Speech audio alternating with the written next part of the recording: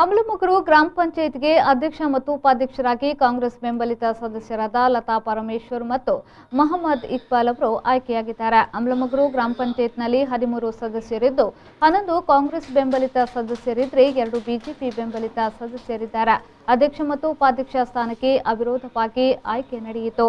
ಮಾಜಿ ಅಧ್ಯಕ್ಷ ರಫೀಕ್ ಅಮಲಮುಗರು ಅವರು ಮಾತನಾಡಿ, ಕಳೆದ ಹಲವು ವರ್ಷಗಳಿಂದ ಪಂಚಾಯತ್ನಲ್ಲಿ ಕಾಂಗ್ರೆಸ್ ಆಡಳಿತ ನಡೆಸುತ್ತಿದ್ದು ಗ್ರಾಮದ ಅಭಿವೃದ್ಧಿಗೆ ಜನ ಬೆಂಬಲಿಸಿದ್ದು ನೂತನ ಪಂಚಾಯತ್ ಆಡಳಿತ ಅಭಿವೃದ್ಧಿಗೆ ಒತ್ತು ನೀಡಲಿದ್ದಾರೆ ಎಂದರು.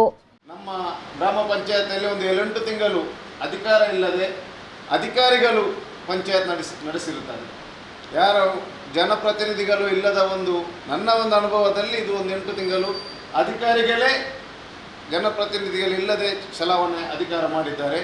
ಇನ್ನು ಮುಂದೆ ನಮ್ಮ ಲತಾನವರು ಮುಂಚೂಣಿಯಲ್ಲಿ ಸೇವಕಿಯಾಗಿ, ಇಕ್ಬಾಲ್ ರವರು 2ನೇ ಸೇವಕನಾಗಿ ಈ ಗ್ರಾಮದ ಅಭಿವೃದ್ಧಿ ಕಡೆಗೆ, ಅಂದರೆ ನಮ್ಮ ಗ್ರಾಮದಲ್ಲಿ ಬಹುದೊಡ್ಡ ಸಮಸ್ಯೆ ನೀರಿನ ಸಮಸ್ಯೆ.